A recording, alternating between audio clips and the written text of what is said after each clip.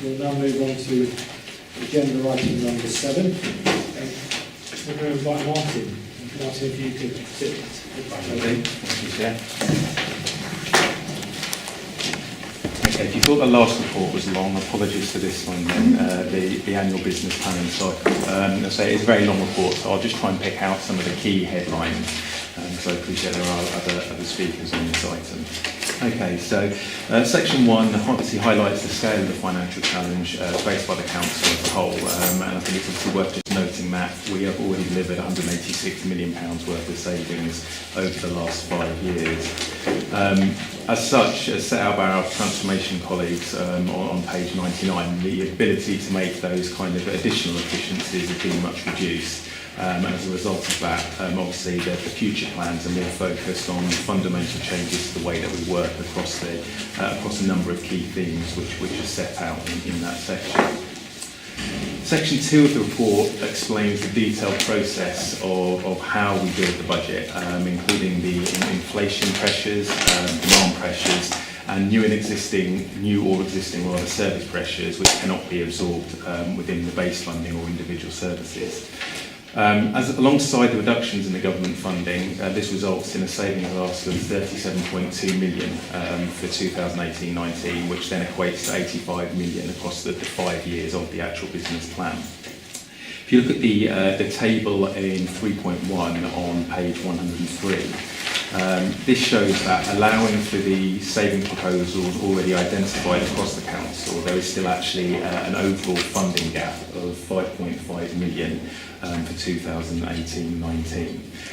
There are further work streams underway to close this gap, which is set out in section 3.3, and this includes a number of outcome-focused reviews which have been commissioned to look in depth at a number of services, and these outcome-focused reviews will have member involvement with them, and I think some of you have already been contacted to discuss those in more detail. It's also worth saying that at this stage there are some risks and uncertainties around the impacts of a number of areas, national living wage being a prime example, and the contribution from the dedicated schools grant, which Schools Forum need to approve on an annual basis, which will be going to their November meeting for approval. Obviously the outcome of those things will obviously have an impact on the residual size of the overall gap. Equally, the continuing in-year pressures, which was discussed previously and will be in the next item, will have an impact on future years, both in terms of balances carried forward and also the starting point for those services. Section 4 provides further context, while Section 5, starting on page 106, provides all of the detailed revenue proposals specifically in relation to this committee. A number of these are year two proposals carried forward from last year's approved business plan, and obviously there are a number of new proposals to close that gap further. In section 5 it details the extracts from the draft table 3 of the business plan, which can be seen from page 115 onwards, which is obviously the tables which will be finally approved going forward.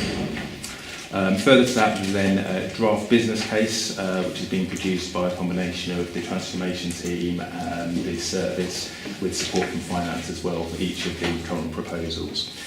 Work is currently ongoing to develop those business cases further to ensure robust delivery plans and proposals, such as those relating to looked after children, for example, are under additional review because of the in-year increasing pressures. Following the further refinement, obviously they'll come back to service committees in December for recommendation to GPC, and GPC will then obviously receive the business plan for the first time in December prior to review at their January meeting for recommendation to full council. Okay, would you just like to say what, Martin? Yeah. Because I'm going to invite Neil Perry to address the committee now. Neil, thank you very much for coming along. I think if you wouldn't mind sitting to one side for one moment.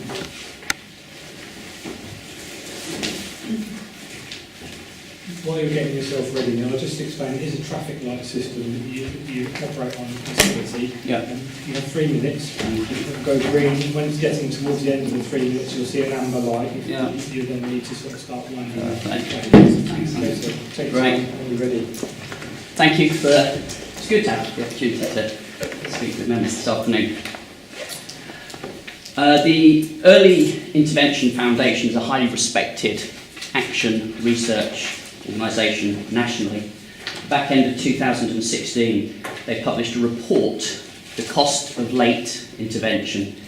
The focus of the report is on the immediate and short-term fiscal costs of what is called late intervention, the acute, statutory and essential benefits and services that are required when children and young people experience significant difficulties in life, many of which might have been prevented. The president of the Association of Directors of Children's Services in the 16-17 year commented on the report saying this: "This report shows that the annual cost of late intervention is still unacceptably high at nearly £17 billion, and local authorities continue to bear the largest share. The human cost to children and young people is much greater and can have lasting impact on generations of families." He goes on to say, "Councils know that we can make the strongest difference to children and young people's outcomes by investing in early intervention and preventative services before problems become entrenched and reach crisis point." Goes on, the report rightly states that there will always be a need to spend on late intervention, for example by taking children into care when necessary. But we must get the balance right. We must get the balance right. He finishes, he concludes, "There is a strong argument for a shift away from reactive spending."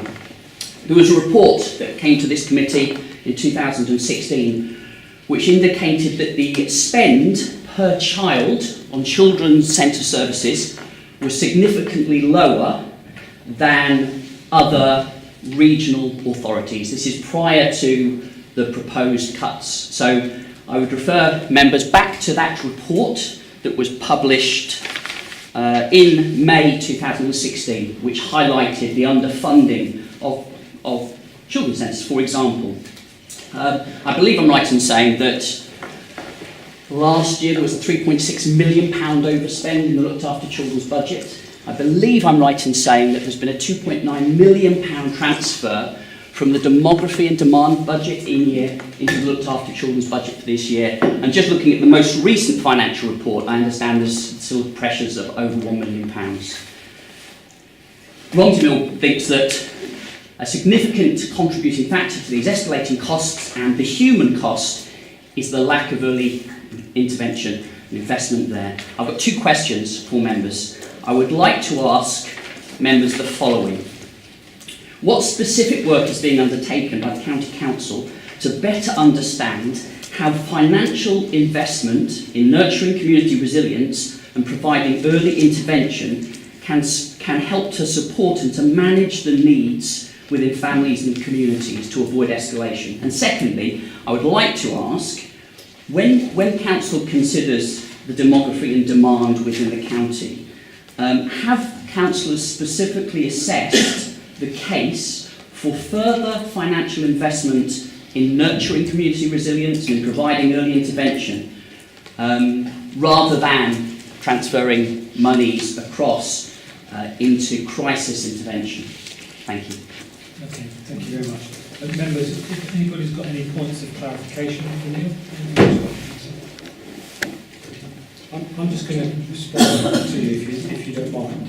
I just want to come back. The local authority believes in early intervention, and the Children's Change Programme has been built on this commitment to early help services and linking our services better together and with others to ensure safe and supportive services for families. The Council works with a range of partners and stakeholders in a wealth of different ways to develop community resilience and to enable families to thrive.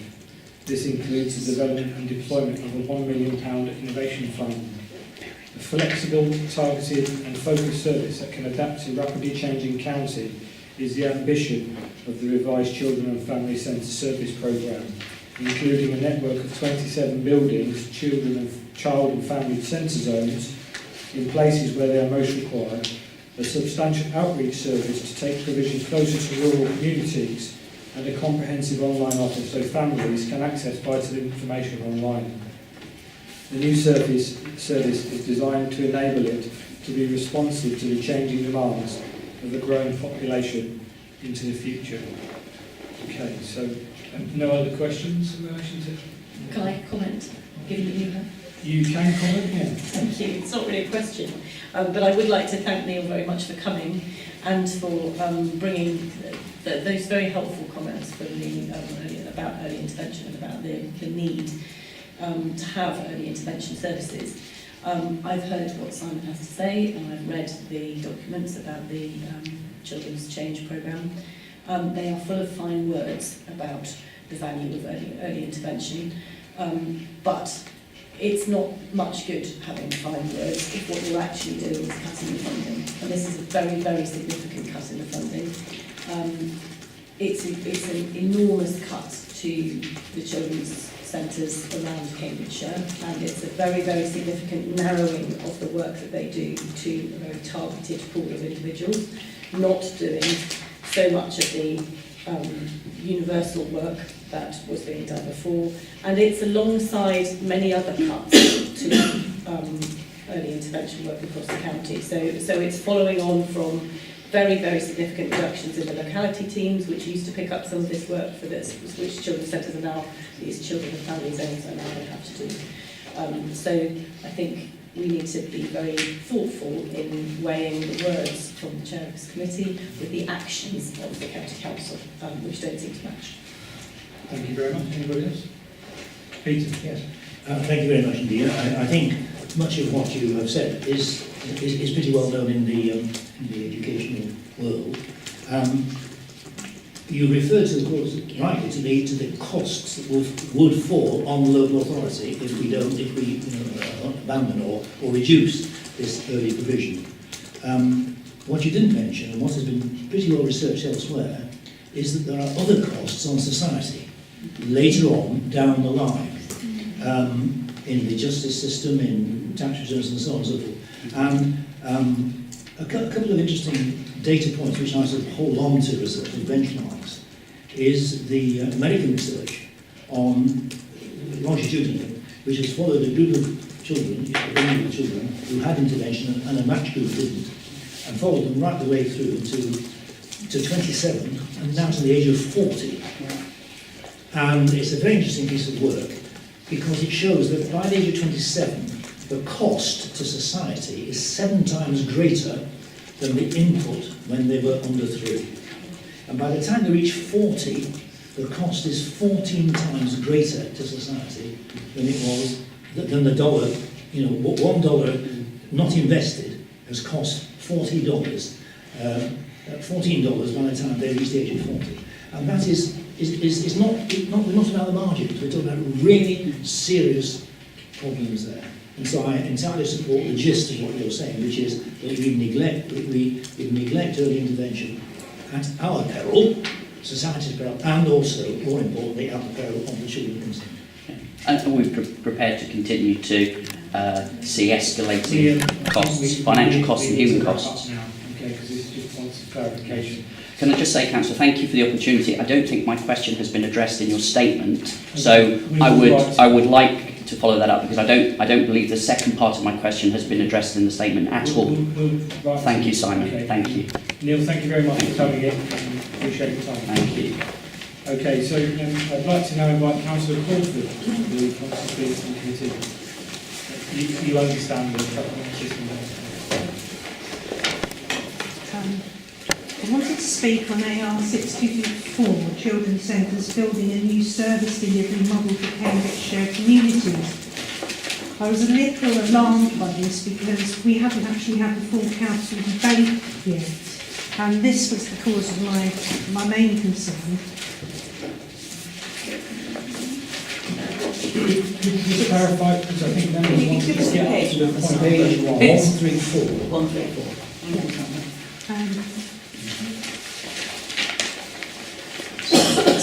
It seems to me that the committee are being asked to recommend budget proposals before the full council debate has occurred. Many of the concerns that I have are affected deeply by the budget cuts and are yet to be debated. One example is the potential cuts to staff, who are an essential and intrinsic part of the service. This did not come this did not form part of the consultation over the summer holidays and is yet to take place, and yet a budget recommendation is placed before the CYP committee. Another example given in the response is in the response to the Romsey and Hinton Children's Centres consultation.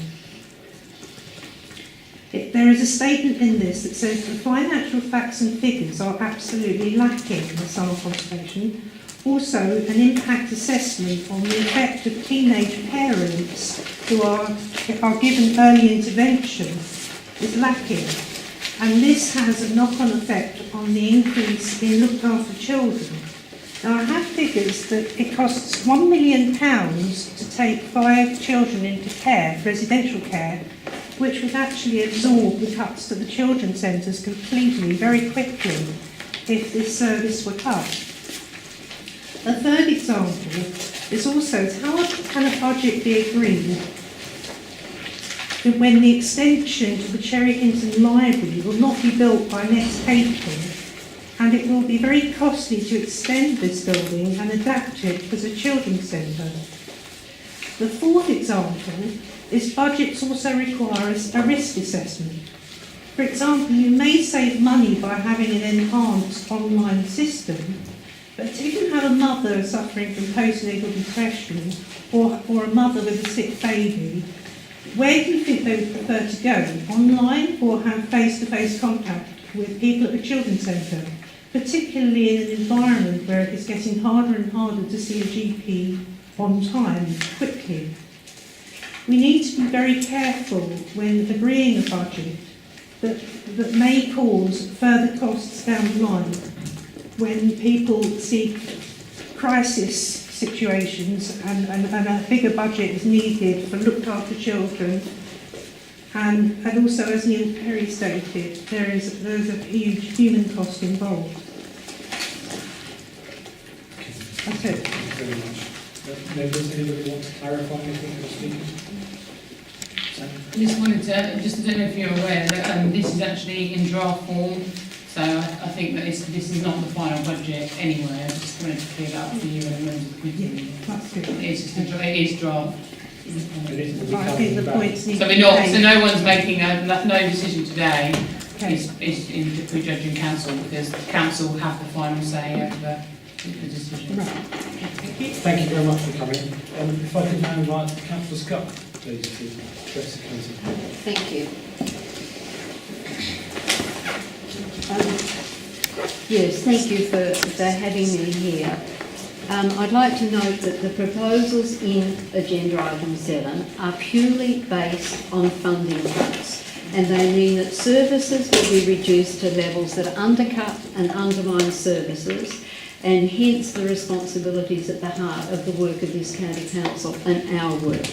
County councillors cannot endorse cuts because they effectively accept the cut to local government grant that is unsustainable and the failure of this council to raise local government tax in the last budget. There are several items that stand out and I want to refer to two, but before saying that, I do accept that there's not a final decision to be made today, but I should say this, that there are two issues, that is the cuts to the children's centre and the cuts to looked after children, that must be decided by full council. They cannot be decided by this committee, and this committee shouldn't even be making decisions about them or purporting to look at in a preliminary way at them, because in the end, every one of us is a corporate parent and every one of us has a responsibility in relation to looked after children, and the cuts that are being proposed here and the proposals in relation to looked after children ought to be addressed by every single one of us. But the two individual items that I just want to refer to, one is looked after children, but one is the class CLAS, that is the Cambridgeshire Local Assistance Scheme. We, the Labor Group, fought to retain this when the original proposal was to actually get rid of it altogether. And what is being proposed here, that there is £21,000 that is simply superfluous, because there's a contract out in the amount of £300,000, and therefore there's 21 that's over and above that. doesn't need to be used. And yet at the same time, there's a reference to universal credit, acknowledging that it will have a great impact on the need for this scheme and the demand for the scheme will increase. If the demand for the scheme is going to increase, which it will, and which is acknowledged here, then that 21,000 should not be given back or given up in any way. It should be reinstituted into this scheme, because what has already happened is that there's a cap of £300 on any grant that can be made to anybody, and one grant per year. This council really has to recognise that there are people out there who are hugely disadvantaged, and the cost of white goods and bedding and beds is huge for people who are actually reliant on food banks and so forth. So I urge this committee to reconsider on class and to at least reinstate this 21,000 and put it back in. There isn't enough in that fund as it is, and with the increases by universal credit and the other problems that are clearly out there, it should just simply be put back into the scheme. The other item I want to refer to is looked after children. Now, I really have to say that what this proposal is, that we should reduce numbers of looked after children by reducing numbers of looked after children. That is actually the substance of what's being put here.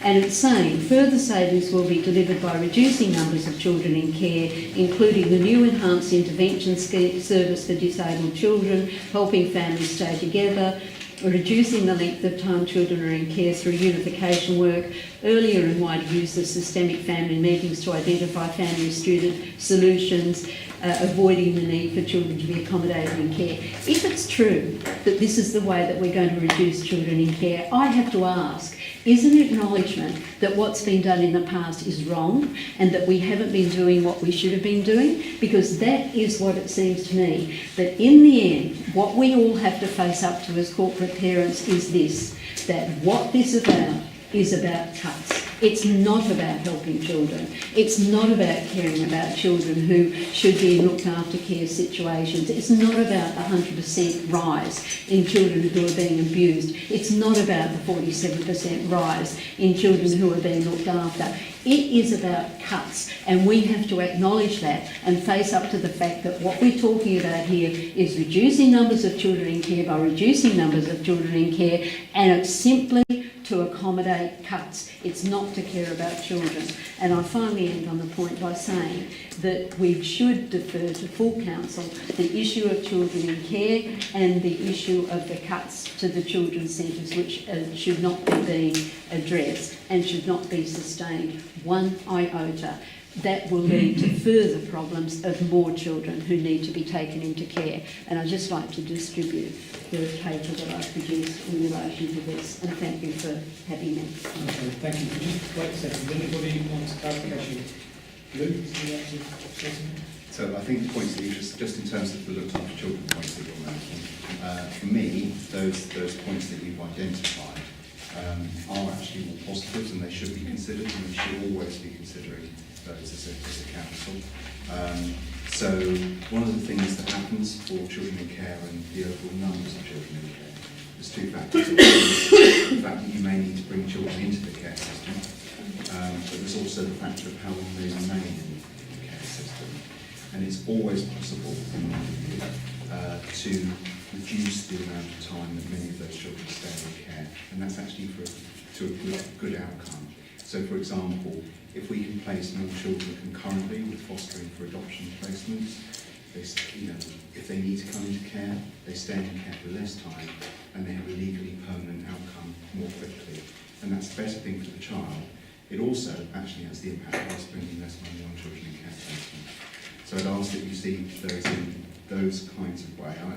Sitting here as a service director for children and safeguarding, I wouldn't be advocating for leaving children unsafe in any way, but I do think, looking at the pattern of the care population in Cambridgeshire, that there is more that we can do to reduce the period of time children stay in care.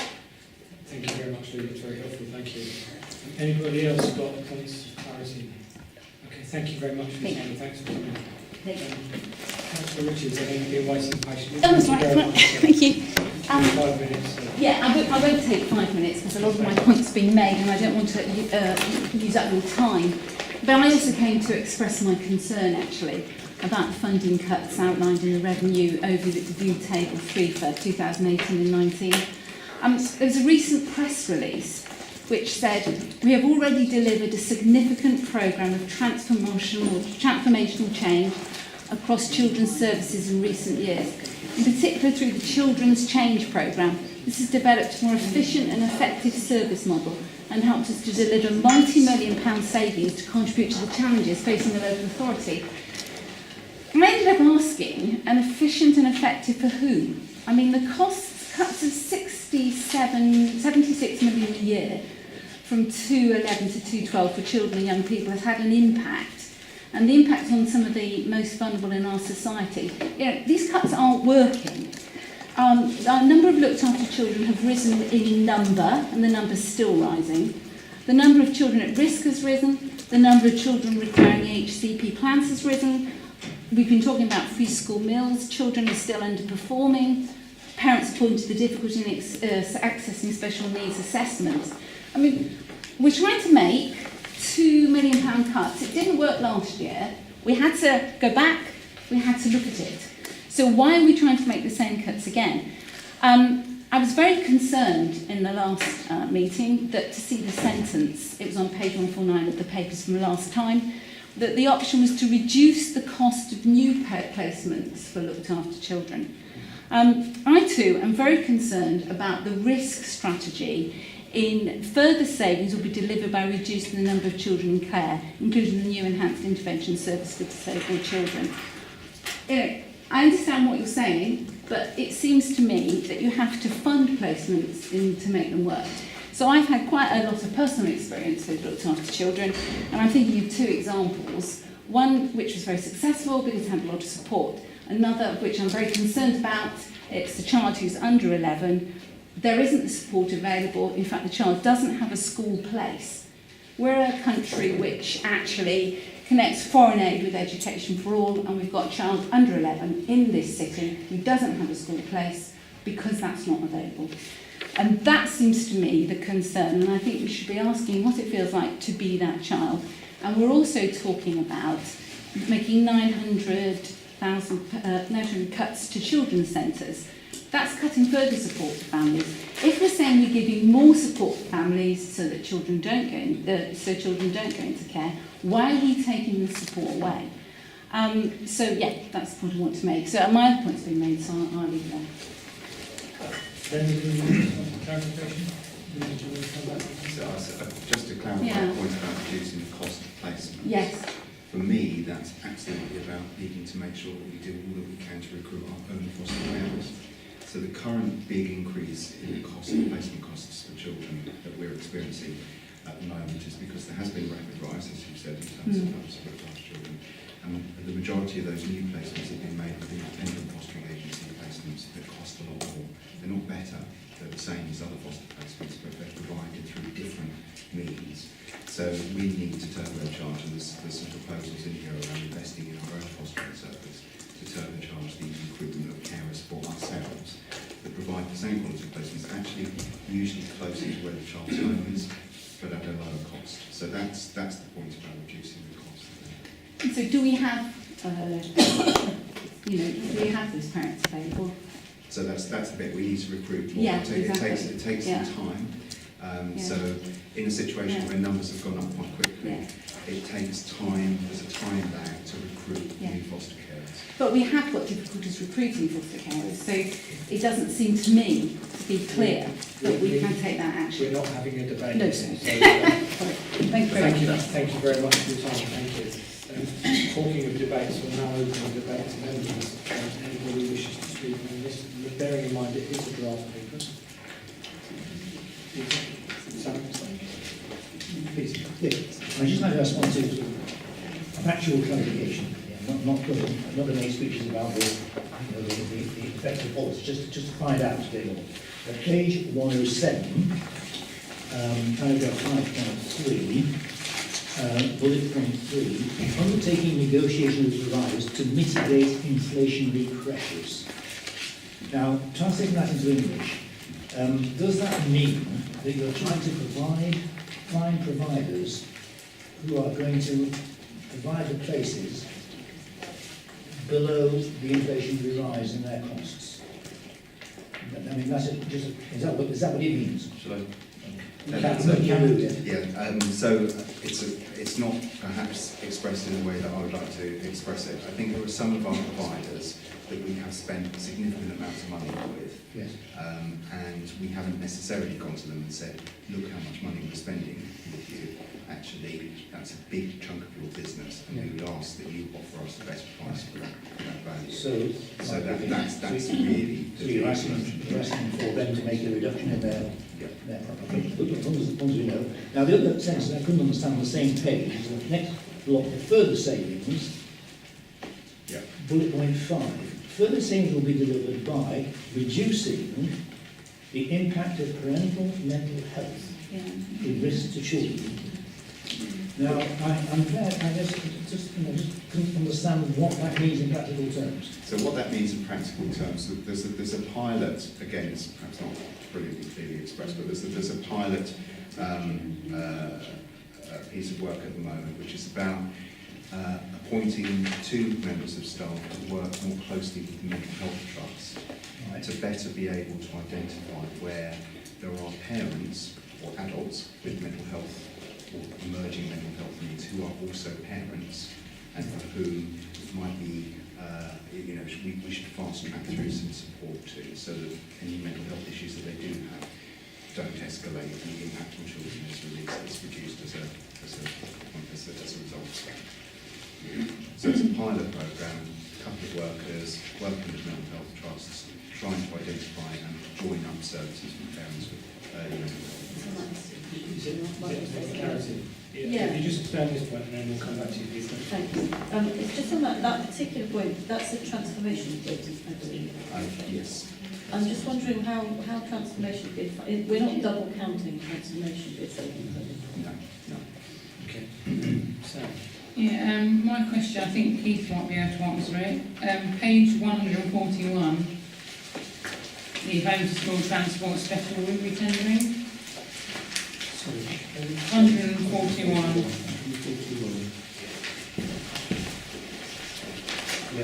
I remember this was in the budget last year, and I was a bit angry about it because I'd never heard anything about it. And I had a meeting with the school involved and Meredith at the time, and was told, yeah, it's going to go through, we're just going to make slightly less savings because it only affects 4 families when we looked at it. And I was fairly happy with that because the 4 families affected were fairly satisfied with the outcome, and it all seemed fine. So I was a bit surprised to see this back in again this year. So I suppose my question is it just carryover from last year and it's those 4 families, and if so, that's fine, or are we suggesting again we're going to relook at it? Because if it's the latter, it's... I thought from memory, Sam, last year your concern was about the Medicaid special school footpath. A quite understandable concern given where the lamppost had been left in the middle of the footpath. No, it wasn't just that, it was about multiple things. It was about the fact that I didn't feel the footpath was even enough to adequately make that a safer route to school, and I felt that the transformation funding had been used, I suppose, disingenuously.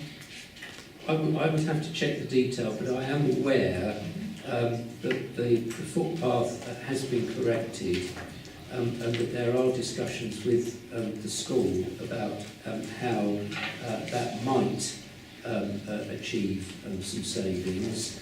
But my understanding of this business case is that that is only a part of it, and that most of this is to do with route re-tendering, i.e. seeking lower cost tenders from providers when we go out to tender to secure new contracts.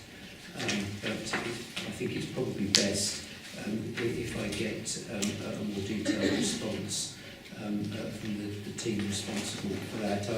I accept my name is down there as the responsible officer, but there is some operational detail here that I will need to follow up for you. okay, thank you. Lucy? I've got some very, very... first of all, I find this whole paper leaves me almost speechless with anger, because on the fundamental issue that we would not be needing to make these cuts if we had taken the 4% council tax last year and the year before, that I argued that we should have done, we would have £10 million extra this year in our base budget. If we did the same next year, in this coming year, we would have £15 million in our base budget that we do not have. And that would make an absolutely enormous difference to the need to make these cuts. And there is no hiding the fact that we are running our services down and providing a much less good offer to those in need in Cambridgeshire than we used to have. And we're still not making the savings that, I mean, year after year after year, we come to these budget papers with proposals that will cut looked after children budgets, that will cut home to school transport, and will make savings in all these areas, and then we don't make the savings that are proposed. And that's because the savings aren't there to be made, because actually we've already cut these services. Sometimes we're successful, but so often we come back and we haven't made the savings, and we're just providing a less good service, and we just need to recognise that you can't keep stretching the rubber band of public services longer and longer and expecting people to deliver more with less money. So there is this absolutely fundamental issue about the size of the pot. I've got serious concerns about lots and lots of the details of these things. So the first one that comes up is children's change brackets later phases, which just it looks so depressing about the further reductions to early intervention. We were hearing earlier about the value of early intervention. And then there's one later on learning. We've just been hearing about how important the council's intervention services are on school improvement and how much we want to improve our local schools. And then we've got on page 138, strategic review of learning savings will be made by focusing on the local authority's core roles and functions.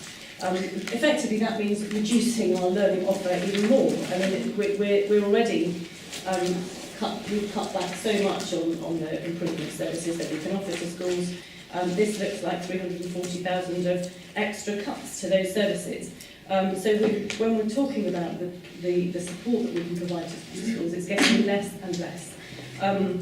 So therefore, I would like to propose an amendment to the recommendations on the front page, which is that this committee asks that the General Purposes Committee review their assumptions regarding council tax levels, and that we can then review the budget proposals with a revised assumption of a 4% council tax increase for the next year, which would cost residents in a Band D Cambridgeshire household 50p a week.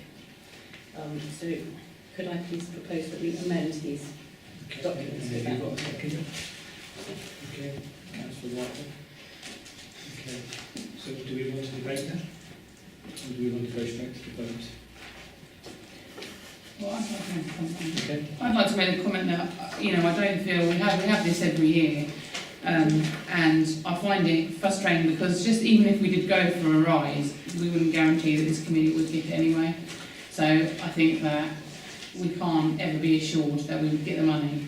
And also, I don't believe we're looking at this. I don't think looking at the children's centres in just, this is all about cuts is actually the right thing to do, because there are, in some areas, I know there are people that are unhappy, but in other areas there are people that they are happy with the offer and they think the offer works for them. So I'd much rather people were saying, actually we think X, Y, Z thing is good about this proposal, but ABC is bad, and look at it that way, rather than we don't want this, we don't support this proposal at all, it's all bad.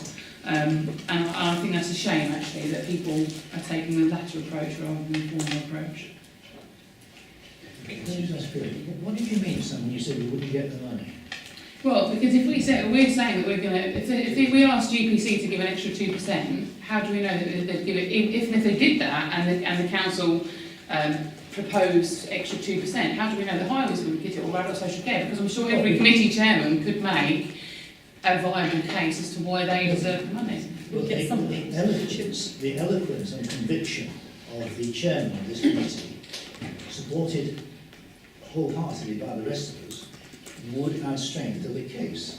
And that is where this system has got. We've got to now make this system work. We shouldn't be put off simply because we don't think that we would necessarily get the money. If there is, as Lucy says, substantially more, and there would have been more if previous mistakes hadn't been made, but there'll be enough money to help this committee and to help a few potholes and library books as well. And I think it is worth putting it forward as a matter of principle that we cannot go on failing to raise enough money to provide the services that people deserve and need. I want to make a point on this, but I also want to make a further point. If we go to the table 3.1, then you can see that at the moment that it's looked at the total saving requirement across the whole county and identified savings. At the moment we're roughly 6 million short. If we raise council tax by 2%, that would get rid of that.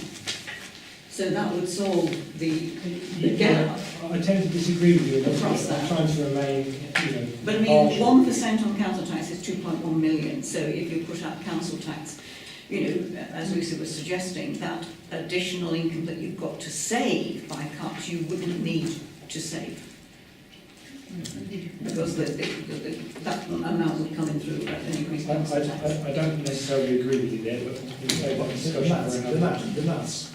Well, just stretching across the whole of the services. Well, that's what it says We're talking in about 5 million, but that's got to go across adults, health, everybody. Yeah, but what I'm saying is that the deficit in the savings we have at the moment is, well, according to Chris Mason, it's not 6.19, it's about 5.7. It's 5.5, something like that. Yeah, it's the bottom. So simply by raising council tax, we could at least cover that gap, so there wouldn't be a requirement for additional savings over and above what's proposed here. Although I want to comment about what's proposed here.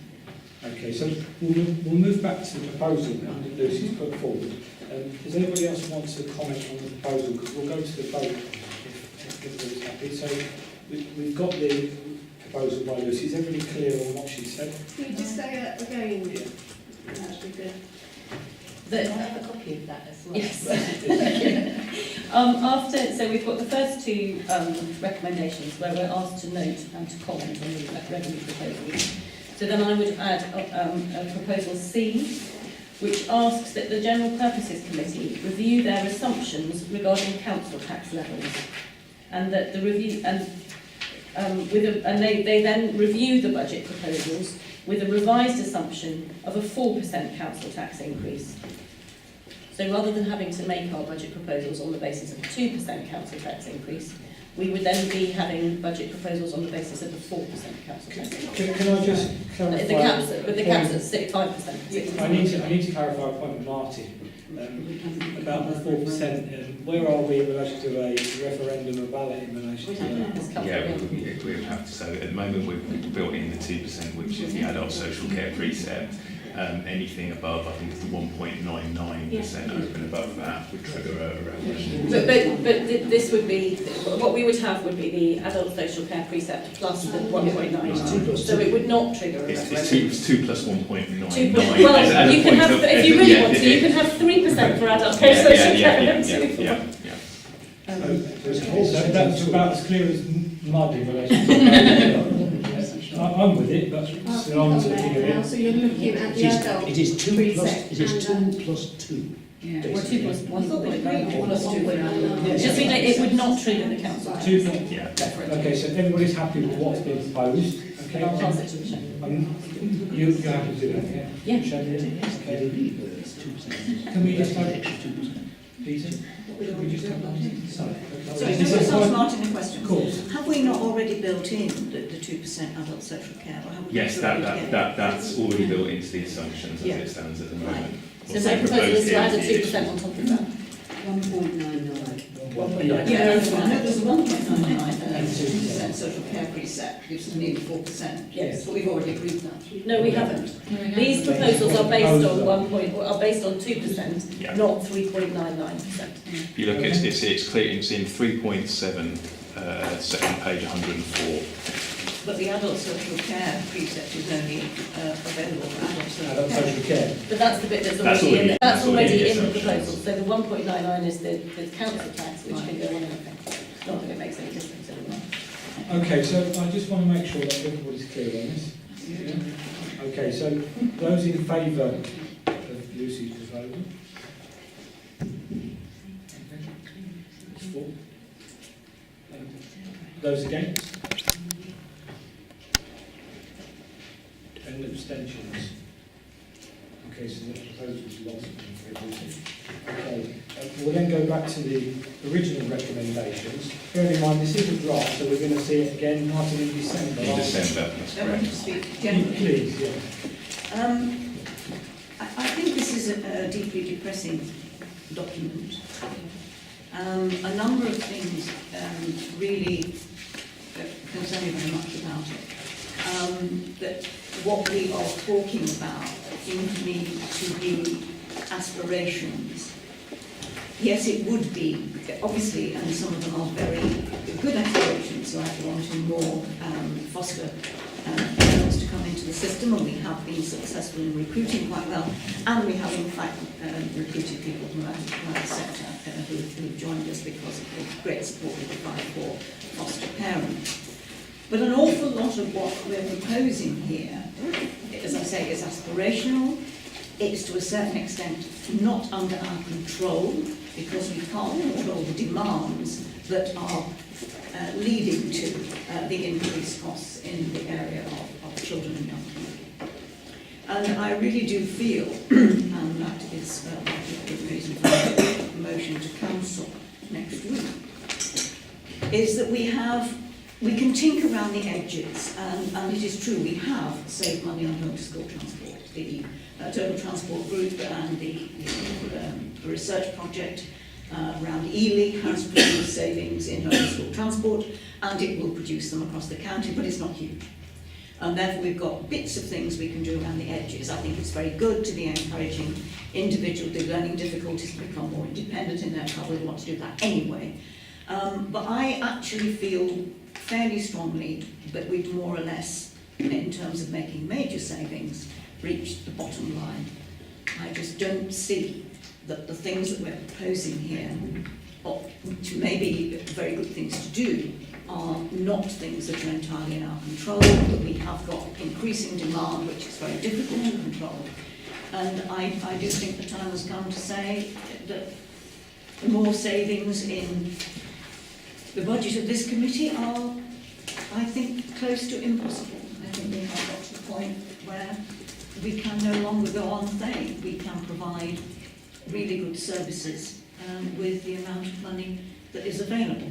And therefore I think we do have to try and address the issue of how, as Lisa said, we increase the size of the pot. And I'm not denigrating the great work that's been done by officers. I think year on year they get more and more wonderfully inventive on how we can do more with less, and this is certainly true of the NHS as well. But there comes a point where we just can't do more with less. There comes a point where less is just not enough. And I feel very strongly looking at these things that we've reached it. And I think that's what we ought to be saying to the General Purposes Committee. So it's going to start with appeals. When are we going to be told about that? I think they're announced to me well it's going to start with I'm appeals. not stopping it.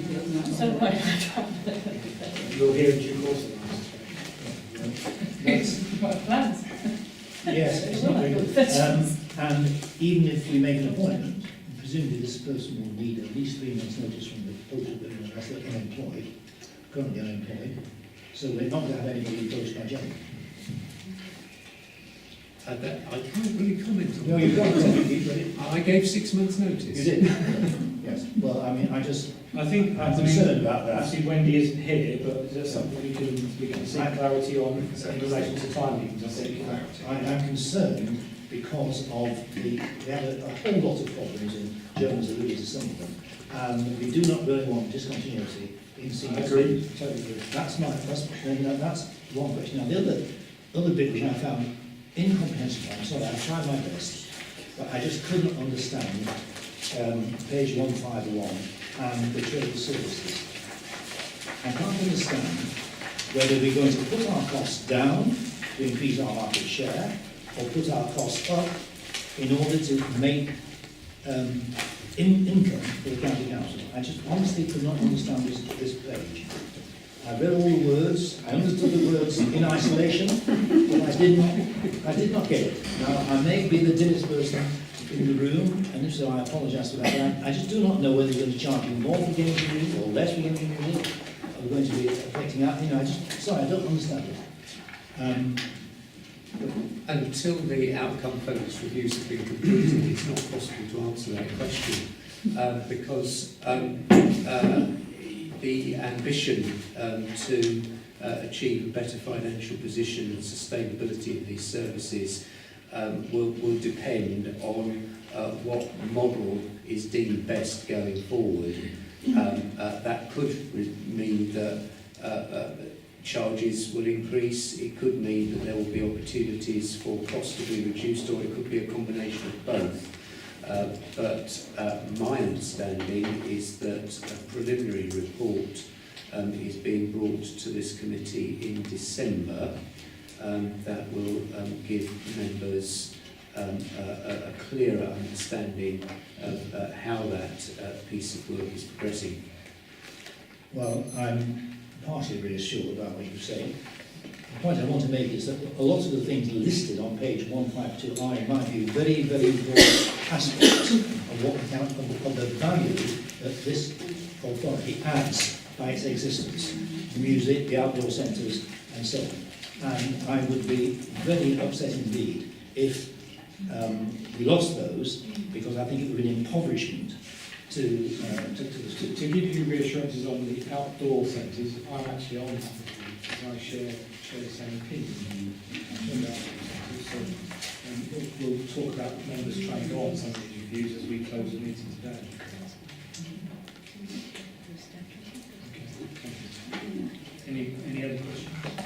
I've just got one point, possibly for next year. One area that I was a little unclear about was the whole issue about commissioning, which starts on page 130, and I wasn't actually very clear on what we are actually proposing to do in commissioning. I mean, it talks about some savings of 94,000 on startup costs, but I'm not clear what exactly is being proposed. Now, whether that comes back to the committee next time, or whether Louise could answer the question now.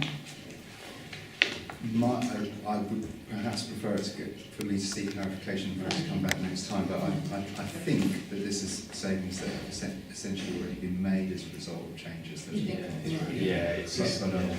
They've already been made. The commissioning restructure that Meredith is undertaking previously, I think, has delivered most of it, if not all of these today. So this is not a new... But we can clarify, I think it's just a permanent full year impact. Right, so it's not a new...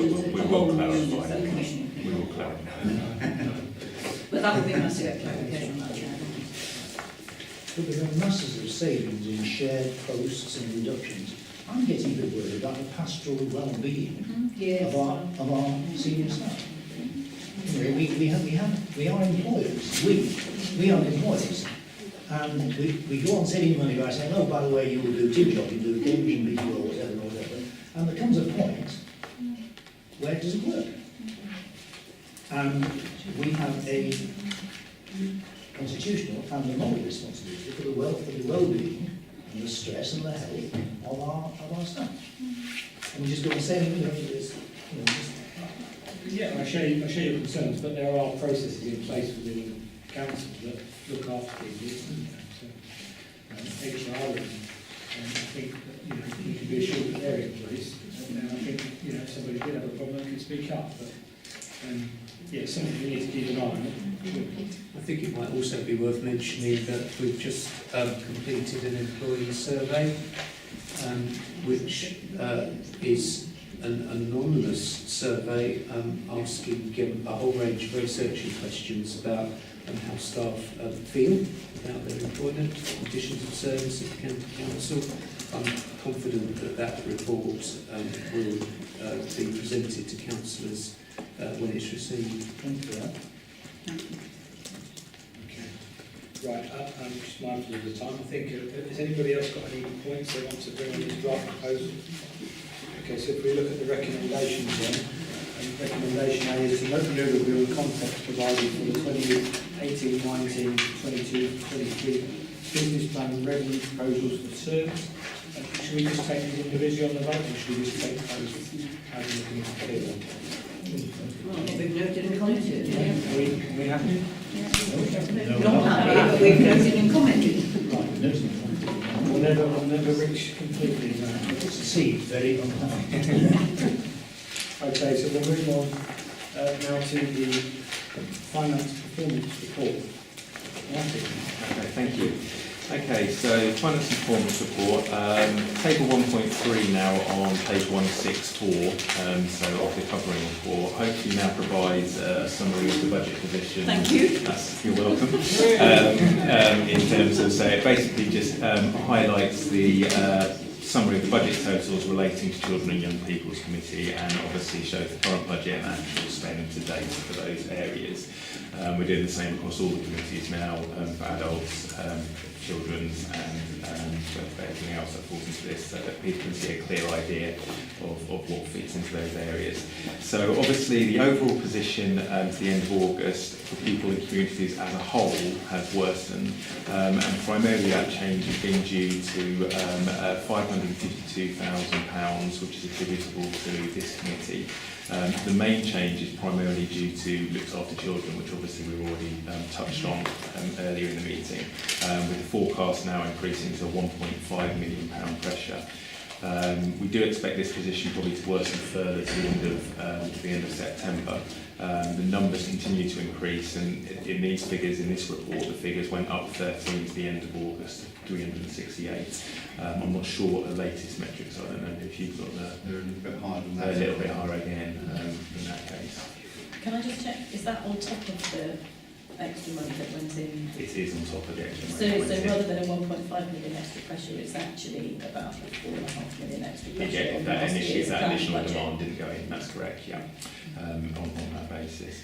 So that's obviously a key area that we're keeping under review and trying to look at what can be done to reduce that spend down, because as we said earlier, obviously that does have implications in terms of the gap for next year and the overall budget position for next year as well, as we move into that.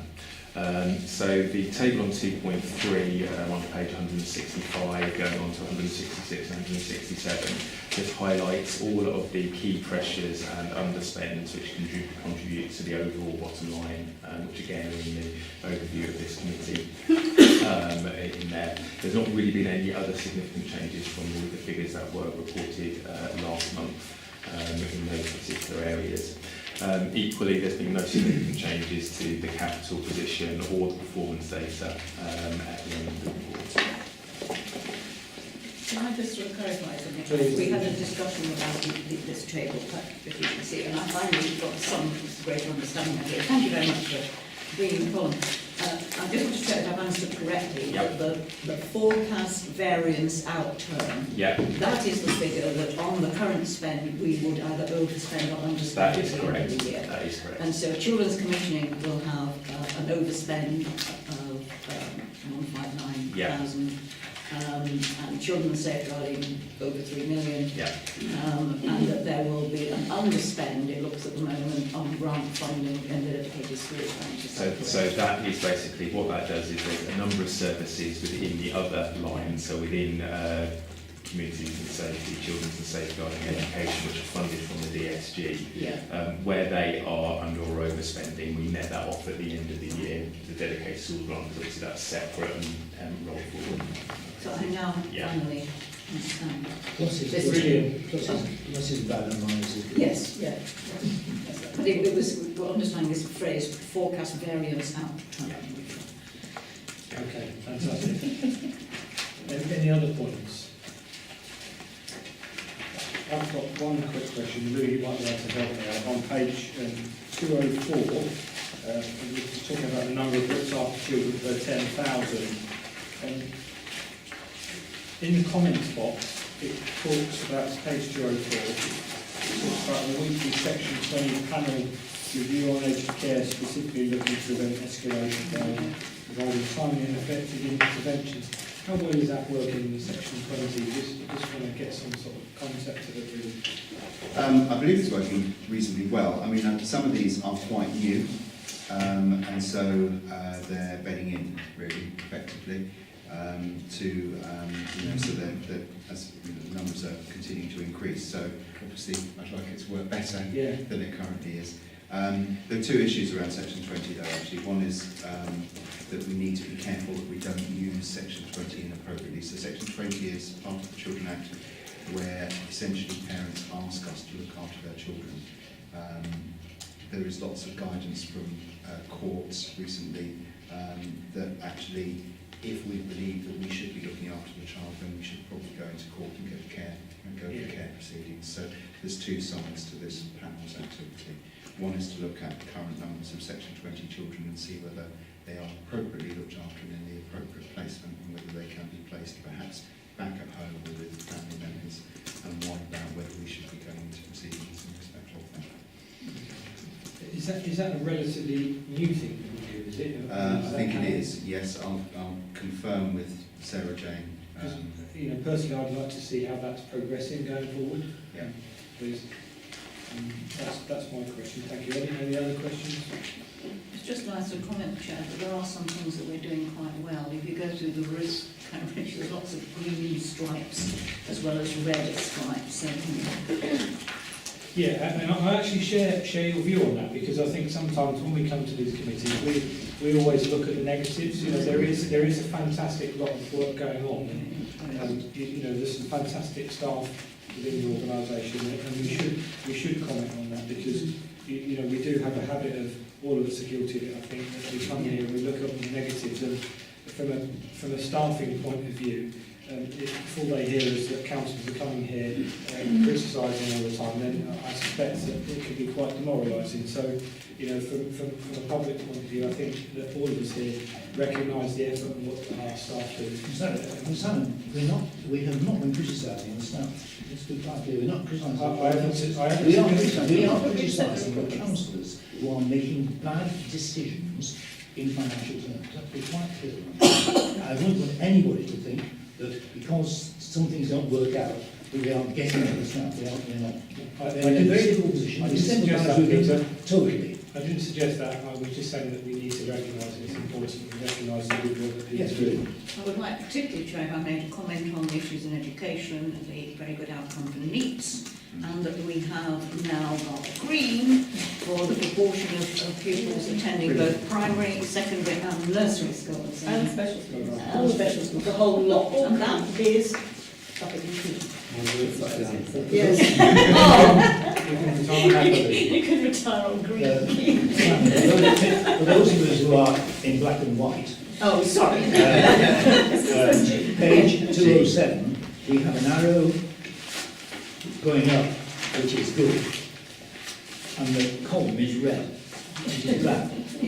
So I am confused again. It just means the direction of travel it did, so we're not as bad as we were. It's going in the right direction, but still not good. It's not great, but it's going in the right direction. We need shades of red. That wouldn't help you, Peter, in black and white. For me, it's all shades of red. Okay, so shall we, has anybody else got any further comments? We'll go to the recommendations and we'll ask them to review and comment on the report, which is what we've done. Okay, thank you. Thank you very much, Martin. Okay, we'll now move on to agenda item 9, which is the agenda plan.